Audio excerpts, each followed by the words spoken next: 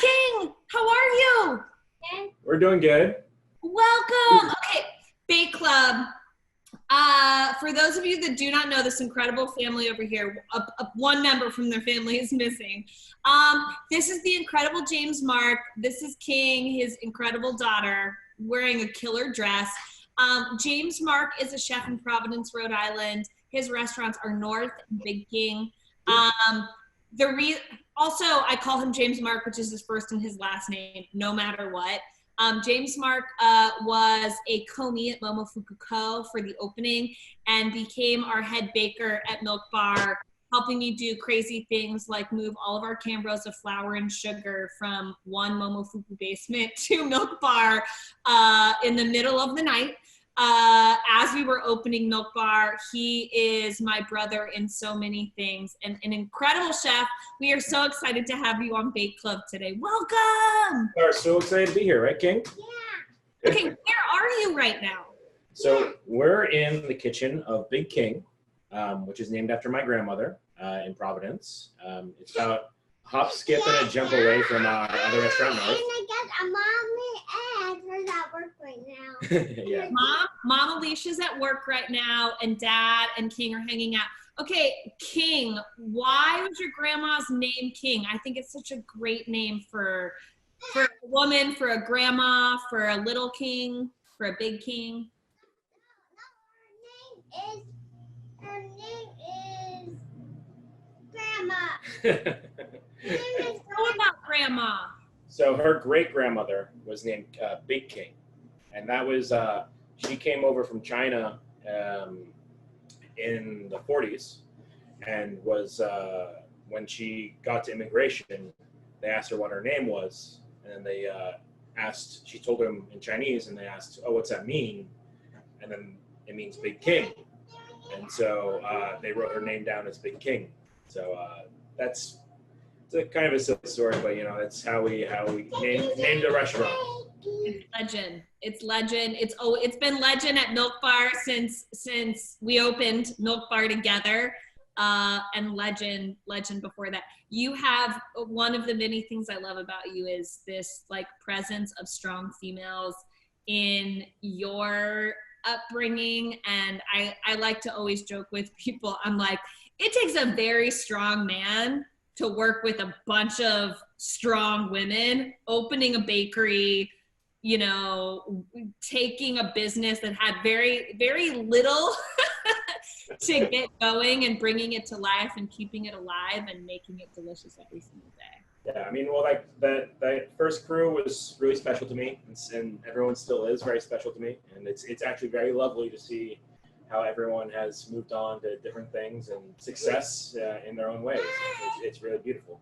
I love it.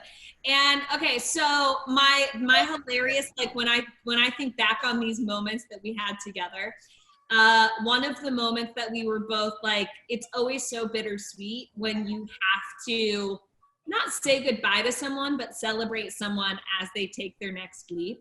I remember when you had said, like, Toes, I am leaving New York City and I'm gonna hike across the United States. And we were like so bummed that we would have to say goodbye to you, and then got so excited because we were like, we're gonna make postcards where he has to send us a postcard. This is of course like all of your older sisters being like, we're gonna make you a postcard for every day you're on the road. It will let us know that you're alive and eating and whatever, keep us all connected.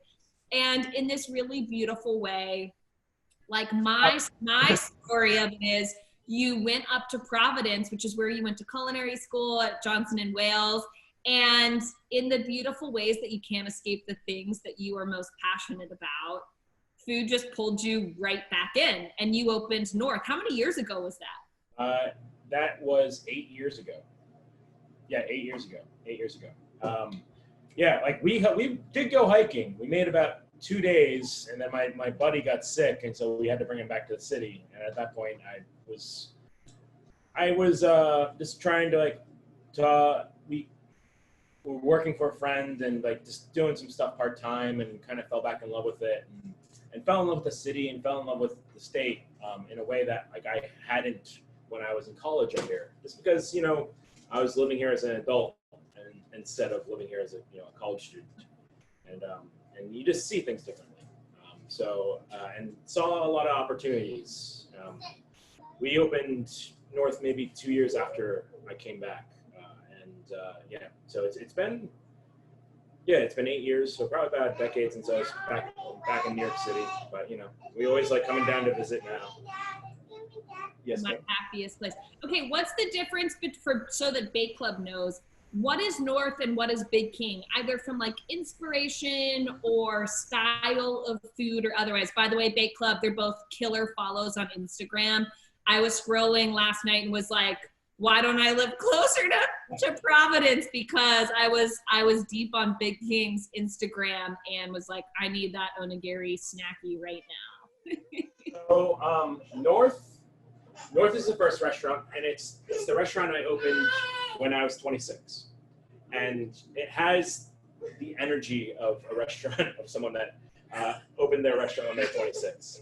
So it thrives on a little bit of chaos. It's very when we're open for we're only doing takeout right now, but when we're open for normally, it does it's loud and it's fun and it's just a lot of a la carte. Everything's meant to be shared. It honestly derived a lot from early sambar and 2008, 2009 sambar, and just the feeling of being together and having a great time. And so for me, that restaurant is perfect for a group of 4, a group of 6. Go there and you order a dozen different things and you have a couple of cocktails and it's a great time. Big King is a lot smaller. It's only 18 seats, 21 seats. It is also only open for almost. It's only open for dinner, 21 seats. It's a little more focused and a little quieter. Just I wanted to be able to do food there that we weren't able to do at North because the other flavors would get in the way. So I like to describe them North is very extroverted and Big King is a little more introverted. The yin and the yang to James. Yeah, Big King is also really focused around sake. We're a big, we probably have the best list in New England. Pretty comfortable saying that, and it's something that we really care about. And on the outside, they're both, a lot of folks describe North more in the vein of Chinese food, and that is to a certain degree. And then Big King skews a little more Japanese. We definitely take some style and perspective from Japan. So, Bake Club, one of the many magnificent and unique things about James Mark is that he is one of very few chefs that I know that is incredibly diverse and strong in both the savory side of the kitchen and the sweet side of the kitchen. He's an incredible bread baker. He knows his way around the pastry kitchen in the form of any fine dining plated dessert to the most humble baked good. And yet he also is fully trained on the savory side and has these 2 incredible restaurants. So when I asked James Mark if he'd come on Bake Club to teach us something, I kind of sat there being like, I hope he says yes, I hope he says yes. And then when he said yes, I was like, what is he gonna make? Because this is a man that knows both sides and knows so much about so many different cultures and cuisines. So James Mark, what are you going to teach us today? So when you first invited me for Bake Club, I wanted to keep it simple, but I was also thinking about all right, we last worked together in 2009, and I could pull something from Milk Bar, but there's something that we have on the menu right now, actually at North, that has been on the menu since day one, that a former chef of Sambar actually made and came up with. And it's his mother's recipe. It's biscuits, tiny biscuits that were made by Gabe. And these are Gabe sadly passed probably 5 years ago, but me and him we were the same age. We came up in those couple not yet King, in those couple years together, and he was someone that was really special to me. And we didn't stay in touch after I left New York as much as I wish we did, but his mother came up with this biscuit recipe, and it was his family recipe. We've tweaked it a little bit over the years, in the last 10 years, but whenever I make them, I always think of him. And James Mark didn't tell me it was Gabe's mom's recipe that we were making. All right, Bake Club, this is a really big deal. This is like, I'm not gonna cry. I'm not gonna go there, but this is a really special recipe for so many different reasons.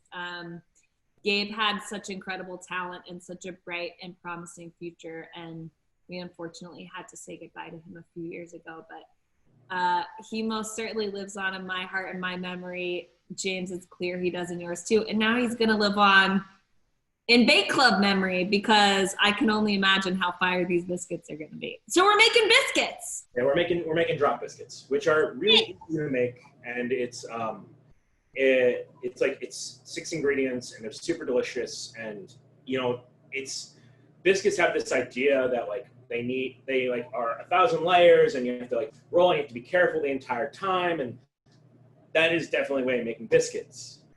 That's not these biscuits. These biscuits are super simple. They come together, in 30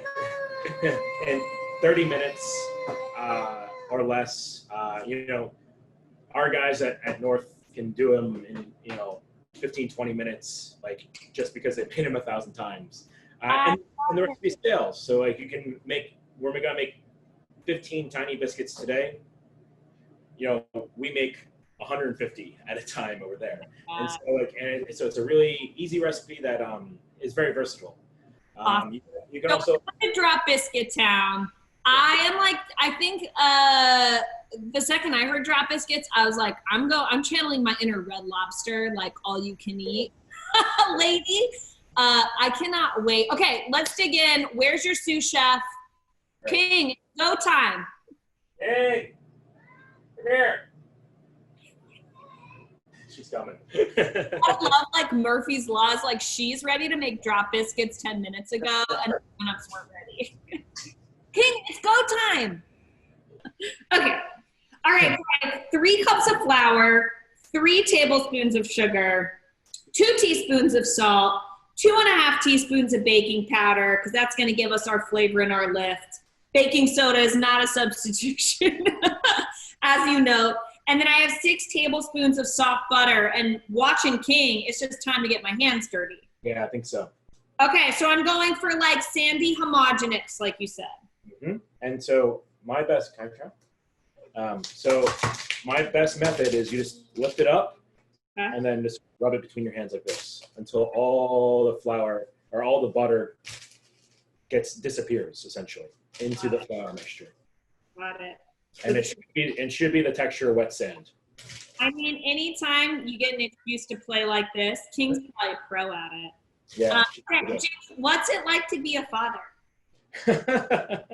It's absolutely wild, nonstop, but it's the best. I mean, I wouldn't trade it for anything in the world. She brings a lot of. Your wife, King's mom, is a teacher. Yeah, she teaches 3rd grade at Blackstone Valley Prep, which is a school up here. Nope, not yet. And how do you two balance? King comes to work with you most mornings, right? Yeah. So I work at night. She works during the day. I take care of King during the day, and she comes with me to the farms and to the supply stores and to the docks. Yeah. And we go pick flowers for me and one for Mama. When we go to the farm, we make sure to pick some flowers while we're there. For Mom? And for her, But King, do you have a favorite stop during the week with Dad? Which one do you like? Do you like the big store, the farm, or the docks? Which one's your favorite? I love the farm because I love getting flowers. She loves the farm because there are flowers there. There's no flowers at the restaurant supply store.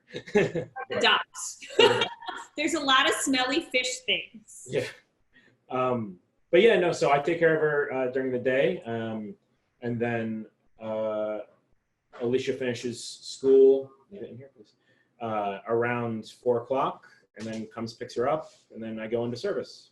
You know, we're only open for dinner, which helps, but you know.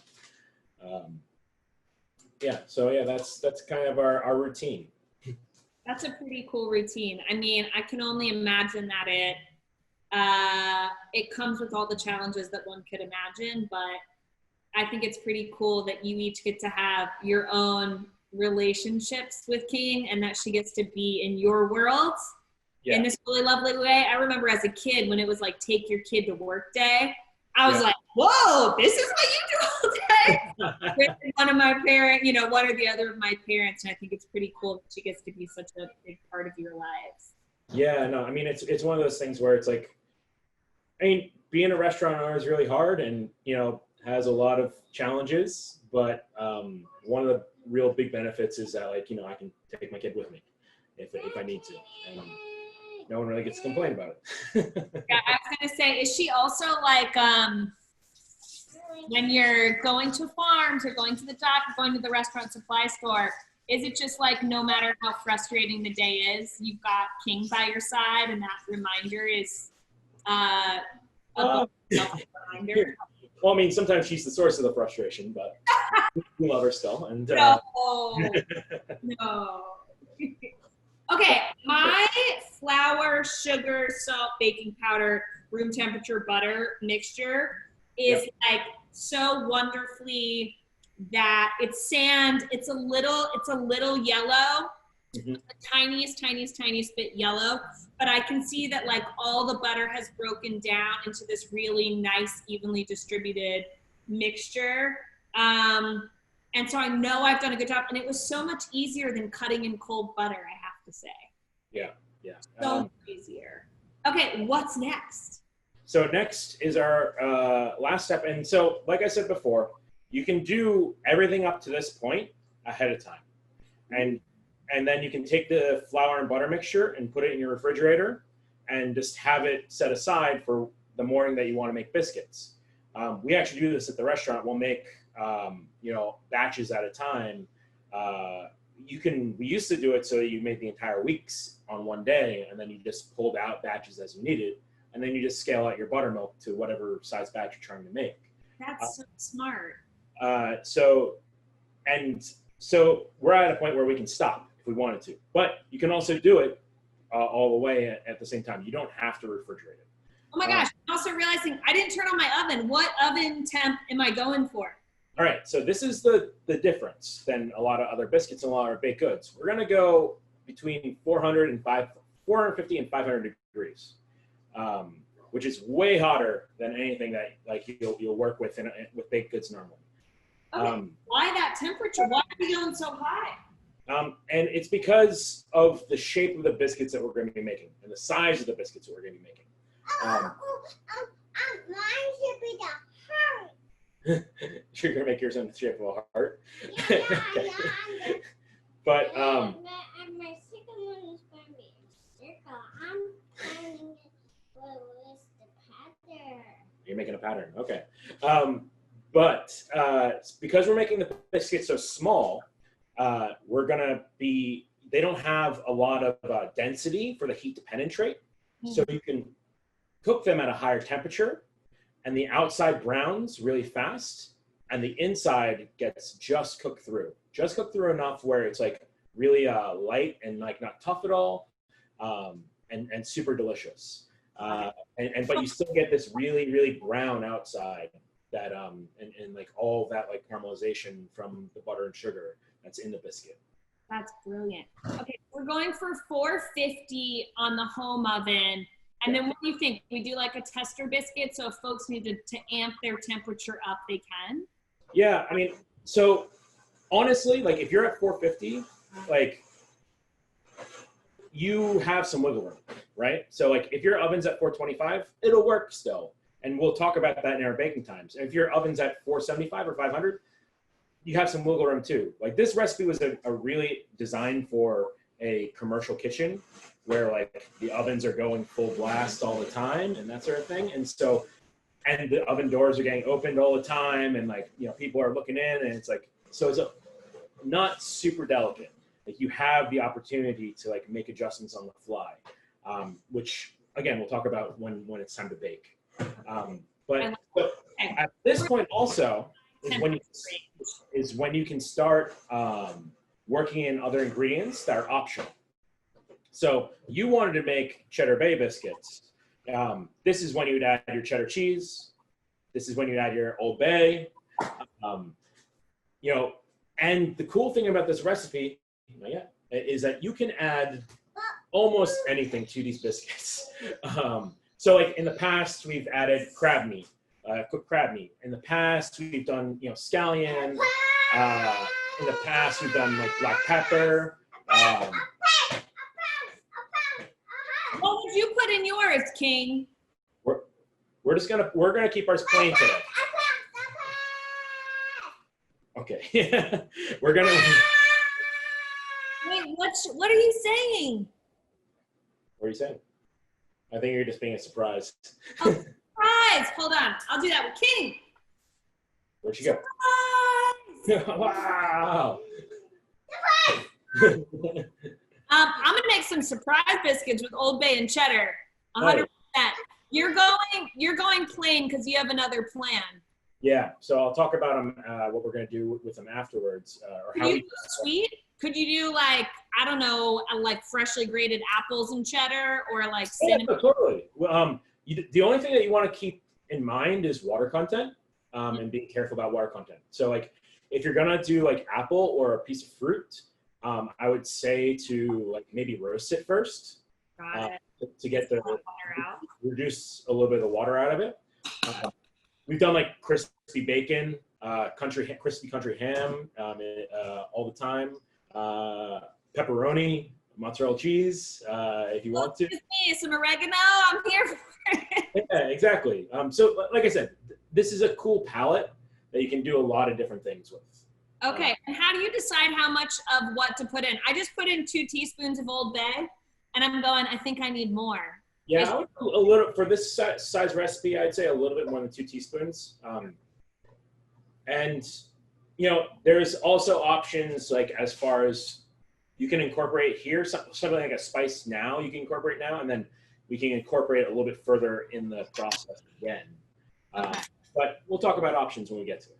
Okay, got it. I'm gonna grab a grater because I'm trying to get some cheddar cheese in this biscuit. Nice. And then I'm with you because then we're going to Buttermilk Town, right? Yep. So why buttermilk? Will you talk through that with us? So for buttermilk, like it's going to add acidity, which is super important. It's going to add a little. Well, it adds that additional dairy component that helps like keep it moist. But really, the key to buttermilk is acidity. It helps balance the flavors because you have so much fat in the biscuit right now in the form of butter. Got it. And I'm with you. And the acidity, if you don't, I have buttermilk, but if you don't have buttermilk at home, what's your take on like a skim milk and some vinegar, or a whole milk and some vinegar? What would you recommend? Yeah, I mean, that was always a move, like a little bit of like milk and lemon juice, or milk and vinegar works well. But you know, most grocery stores will have buttermilk these days. It's just a little bit harder to like. They have like one kind of buttermilk, and it's usually tucked away in a corner or something like that. So it's usually not too hard of an ingredient to find. But you can also, like, you know, if you're just working at home and you're just trying to figure it out, like you can go like milk and like yogurt, or like milk and you know, any kind of acidic dairy component. You know, sour cream in your fridge, that would probably work. Okay, like, also my favorite biscuit combo to mix in here. Do you have one? I'm partial to scallion and cheddar. Like that's like a great like mix in for me. Good man. Okay, I got my cheddar. Lord knows how much cheddar I shredded in. I just followed my heart, and I put in 4 teaspoons of Old Bay because I'm not trying to make it just a whisper. It's full on. Yep, totally.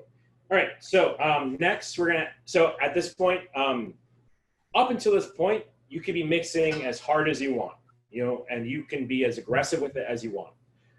And that's because there's been no liquid, no water added to the flour. Got it. And now we're going to add our buttermilk, which is our first liquid. And at this point is when you have to start being a little more careful about how you're mixing. Just because up until this point, like, you're not going to make the biscuit any tougher. Like, it's going to stay delicate because you're actually going to, the more thoroughly mixed it is, like, the better it is. But as soon as you add the buttermilk, your liquid, yes. As soon as you add the buttermilk, then you need to start being a little bit more careful about and being a little more gentle.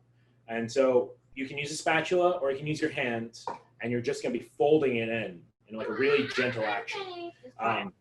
Okay, so I'm adding in 1 cup and 1 tablespoon of buttermilk. Yeah. And this is like gluten development 101, right? We want our biscuit to be tender and buttery and whatever the mix-in flavors were. And to your point, the way that it's gonna bake at the super high temperature to get all the color on the outside, but to still be sort of tender and moist on the inside, this is where it matters. Exactly. And so, like, the best way, I mean, you can use a spatula, but the best way is with your hands, I feel like, and just take,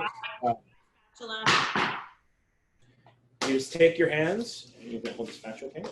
And you just dip in, and then you fold just to hydrate the flour. That's all you're doing, is hydrating the flour. And almost like tossing it, not mixing it. Yeah, you're lifting. You're lifting it up so that any flour that's loose gets hydrated with the buttermilk.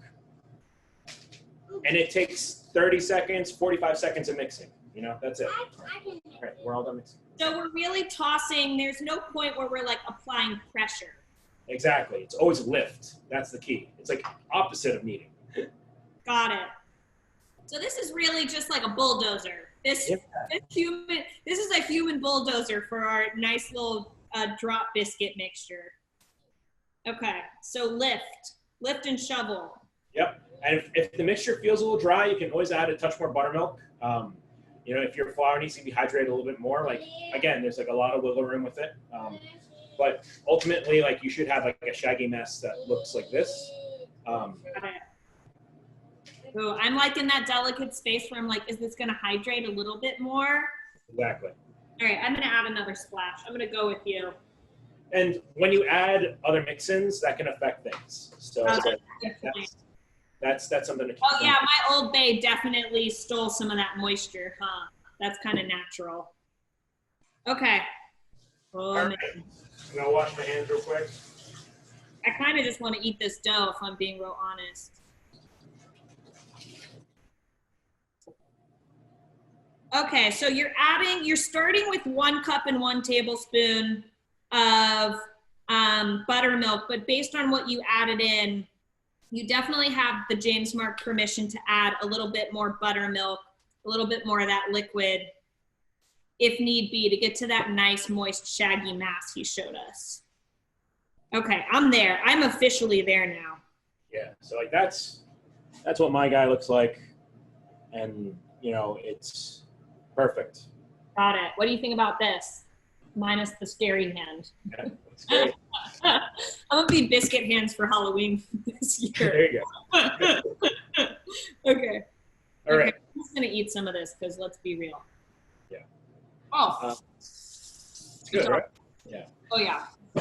Ooh, the Old Bay. Man, I'm here for it. Okay, I got my mixture. My oven is nearly to temp. Cool. How do I get this baby on the sheet pan? So there's 2 ways. The way we do it here is with our trusty 2-ounce scoop. Oh, they're small. That's right. Not biggies. Yeah, they're small. So we have a good handle. But you can form them by hand as well. Perfect. I'll do a little small, but whatever, Yeah, but I have a parchment-lined sheet pan. If you have a silpat, that works really well. You can do it on a straight sheet pan too. Just make sure you have a little spray on it. I spray the parchment if you have parchment. Yeah, a silpat is a great move for this. If you use a silpat, you actually don't need to spray it at all. Just because you're going so hot on the heat that you want that easy release. Exactly, and you know it's my move. But so if you have a scoop, you're just gonna scoop it in, take off some of your excess off the top. You don't have to be like too crazy about it, and then you're gonna make a row across the short side of your pan. Got it. So you keep these biscuits very close to each other on the pan. If you want to take a look. Oh, yeah. Excuse me. Okay, hold on. Okay, I'm changing my direction. So this is a half sheet pan, which is basically half the size of a 9x13 baking sheet. I'm actually using a quarter sheet, so that will fit. Sorry. I also, I mean, some things never change, James Mark. This is a quarter sheet pan, which is half the size of a half sheet pan, which is like a 9x13 baking sheet at home. Losing it. I lose it a little bit more every day, James Mark. Okay, I'm with you. I'm greasing my pan with a little bit of butter. How does that make you feel? Great. That works well. Spray works too. Whatever you have on hand. Okay, got it. And this is very interesting. This is different. This is different than the way intuition would tell you to go. Yeah. So, but you do 4 along on a quarter sheet pan. You do 4 along the short side. Okay. But if you can fit a 5th one, feel free to fit a 5th one, depending on the size, like the size of your sheet pan at home. Okay. Why you keep your biscuits so close together is they give each other structure. So it's like using a loaf pan. The sides of the loaf pan give the bread structure and allow them to rise. It's the same thing. Like cinnamon bun vibes? It's the same action like that you're getting with the biscuits being right next to each other and also being next to the side of the sheet pan. So my next row is just going to be right next to the first one. Got it. Oh, James, this is brilliant. I'm very also excited about like the idea that the flavor that you put into your biscuit is going to get sort of like trapped in the center. And I'm just like reminded of making cinnamon buns. The way that the way that we intuitively scoop drop cookies apart from one another to acknowledge their spread, that these biscuits are really, they're one tray of biscuits. They're almost like, have you seen people make like shortcakes kind of where they, almost like when you use a shortcake mixture for a cobbler topping. Yeah. Hold on.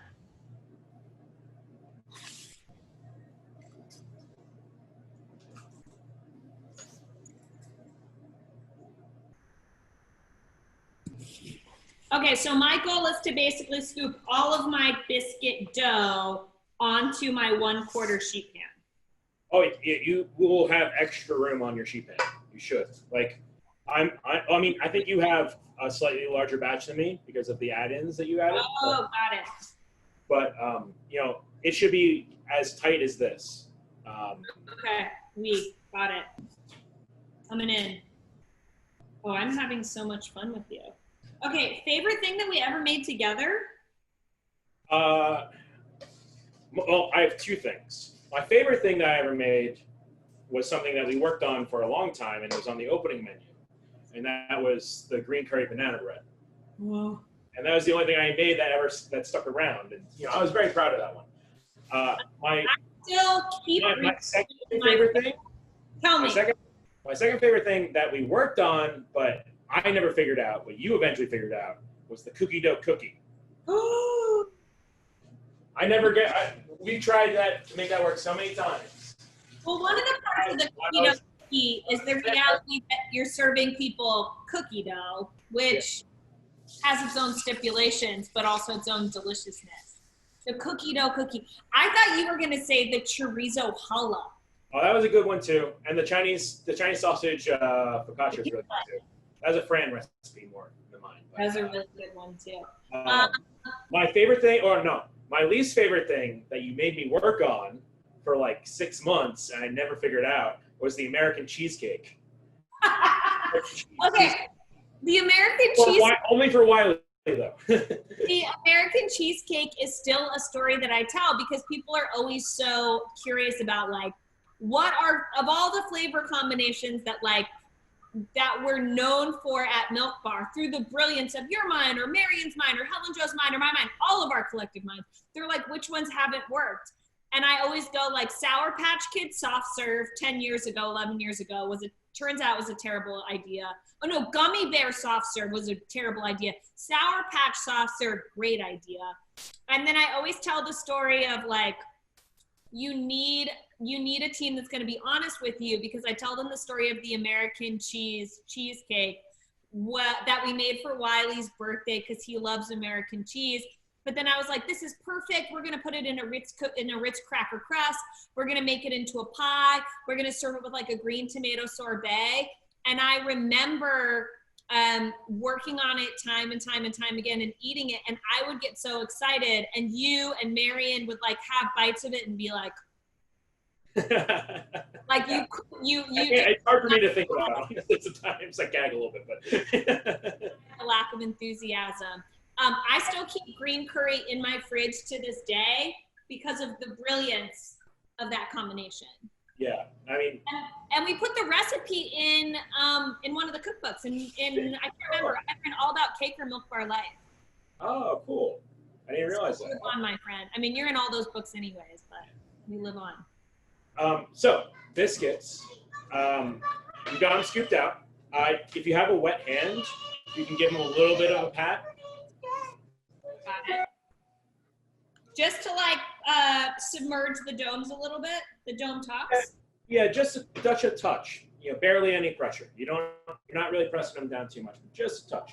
The nice thing about the scoop, it leaves it kind of craggly on the top, which gives you a nice texture. If you don't have a scoop, you can form them by hand, just by like picking up blobs of it, but it's going to be less even. And evenness is like kind of important with this because of the high heat that we're going to be baking them at. Got it.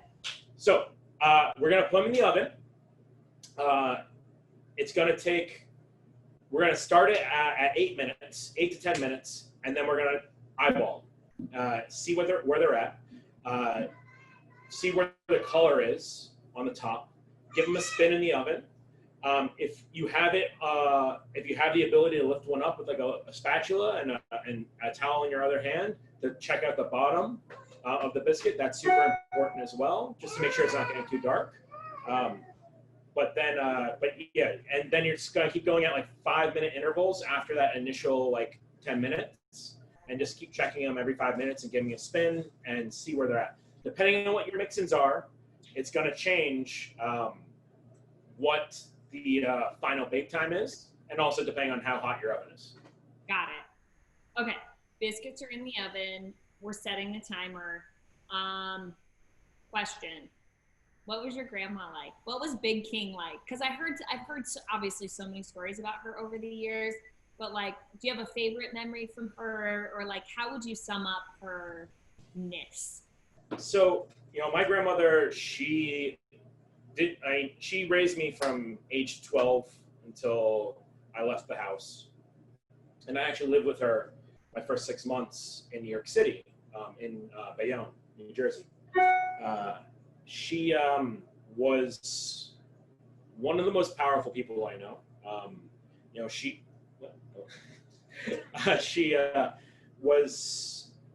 lived on her own until she was well into her 90s.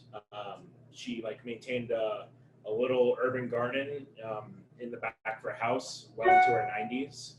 She had a kitchen where she was drying fish and drying mushrooms and, you know, doing all that sort of thing like when I was a kid. And I didn't really appreciate or understand what was going on.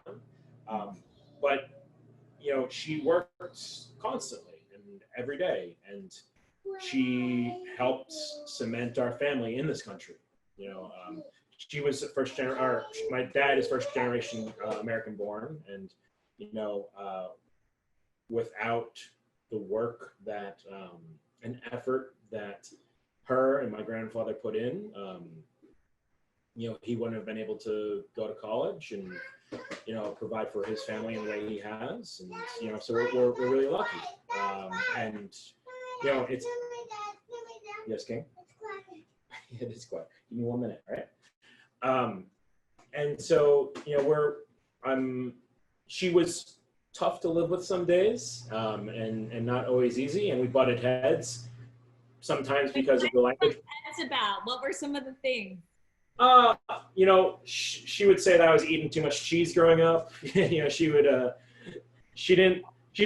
thought I worked too much, honestly, just because, I would be getting home at like 2 o'clock in the morning some days, or leaving the house at like 3 o'clock in the morning to get to work sometimes. And, I don't speak Chinese and she didn't speak English. So it was, a lot of us trying to communicate with each other in ways that didn't work so well all the time. But I'm always grateful for everything she ever did for me.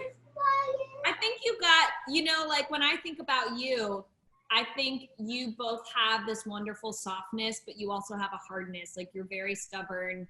You're very, you have both hard and soft. And I mean, I remember even in early days, when you were the AM co-me and, I would come into the basement to work as whatever the makeshift pastry kitchen was at the time.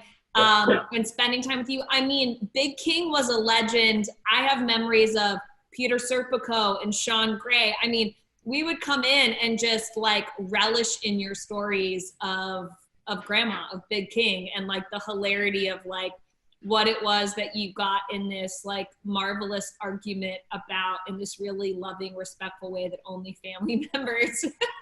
Yeah. It was and the the feelings of it. Yeah, she was amazing, and like my mom passed when I was young, and like I said, she raised me from when I was like 12, and my dad still worked full time, and I don't know what would have happened to me and my dad and that aspect of our family if we didn't have her, and that's something that like doesn't ever go away, So Did you get to meet Alicia or King? Yeah. Oh, she didn't get to meet King, but she got to meet Alicia once or twice. Well, more than that. She was around for another. She wasn't able to get to my wedding, but like she was there for a few years, especially when we were dating. I love that. Isn't there something always to, I think of the things we share, there's like the power of nostalgia and the power of like the generations that informed who we are and shaped our hearts, even when they were like being hard rather than soft. And that sort of like passing of the torch of like, I can only imagine how important it was for Big King to meet Alicia. Just in that, like, I'm okay. I'm gonna be okay. I'm gonna do okay. I'm doing okay. I'm gonna be okay. And I got us. 100%. I mean, at the end of the day, like, I don't know. Her resilience informs how I live my life, and like that is. Like I said, I'm grateful for that. Grateful for. Big King. Yeah. Okay, I baked off some biscuits the night before. Last night. What do I do with these marvelous things while my cheddar Old Bays are baking? Yeah. What am I gonna do with these babies? So I'll grab mine too, but I baked mine just before this, and you have a lot of different options with them, essentially. So. Oh, Parker House rollish, huh? The like East rolls. Totally. So like they come in threes and they just come apart like that. At the restaurant, what we do is we'll split them and then we'll griddle them with a little bit of whole butter. And then on the side, we griddle a little bit of country ham. And then we give them a swipe of like a sweeter mustard that we make, and that mustard flavor is always changing. And then a little grilled country ham, and we serve 3 to an order, and it's kind of like a perfect little way to start a meal. It's fatty. My dream, Sammy, is a little something I call a ham jam, which almost always happens on a biscuit. It's like butter, jam, and country ham, which is, again, all the flavors that we love and share. What do you think about putting like mustard powder in the biscuit mix? Is that a move I'm going for next time? Yeah, I mean, it's definitely an option. I mean, I like, so what the mustard adds to it when we do it at North is sweetness. And so like, that's the key. It's like a sweet and spiciness because we'll make mustards with, we'll go coffee mustard, but there's like a little bit of extra sugar in there. But we can also make like a Dr. Pepper mustard, or we'll make like a beet mustard. Hold on. I'm not interested in beet mustard, but I want to know about Dr. Pepper mustard. What? So like if you look up a beer mustard recipe, right? Like, and so it's like the way we do it's like egg yolks. It's basically a thickened sauce that's thickened with egg yolks and mustard seed. But usually there's like beer in it as a liquid, and sugar usually is added to it. But if you take the sugar out and you take the beer out and you put Dr. Pepper in it, it still works. At-home hack could be like some yellow mustard and a little bit of Dr. Pepper. Well, so the key is to cook it. So like it's really not that hard to make. So I would say like yeah. So like at home, like it's like you would take a couple egg yolks, a can of Dr. Pepper, a heavy pinch of salt, a fair bit of mustard powder, and then whisk that all together and put it over a double boiler and let that just cook over a double boiler until it starts to thicken. And just whisk it every once in a while. And then at the end, throw in a handful of mustard seeds. And then the pectin from the mustard seeds really helps solidify it. Okay, so there's something boring about what's going on in your brain or at your kitchens at North or Big King. I'm going to keep my eye on these biscuits. I'm going to split these babies. I'm going to griddle them. And I'm just going to go my own way with whatever I can find in that fridge. Because you had me at Dr. Pepper mustard. I need it. So that's your, you could, I would, instead of mustard powder, if you have mustard in your fridge and like a touch of Dr. Pepper, like just to sweeten it up a little bit, that's totally a move you could do. That's what I'm doing. That is where I'm going. That's where I'm flying off to. Awesome. Time with you has taught me so much, James Mark, from how to make a killer drop biscuit to how to use every opportunity to bring the moments that are alive and beating in our hearts into what we do every day, to reminding even me you could be so much more brilliant and creative than you even think, because Dr. Pepper mustard, my friend, that's how I'm going into my drop biscuit day. James Mark, thank you for teaching us so much. Ooh, hold on, let me show you these biscuits. Whoa, baby. So turn another 5, another 8. Yeah, I'd say another 5 to 8 minutes on those. All right. James, the Old Bay is kicking in that oven. Nice.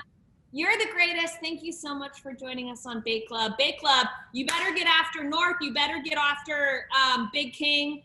Follow them on the gram if you're just looking for daily doses of heart and inspiration. And you better plan that trip to Providence. I don't care if it's a road trip, socially distanced or otherwise. Show up for my guy. He's incredible. And also, if you're lucky, you might get eyes on Sweet King. King! Hey, come say hi. King, I got a question. What? How are you going to eat your biscuit? I don't know. Are you going to go for a little trip in the walk-in for inspiration? Yeah, I think so. Okay. You're the greatest.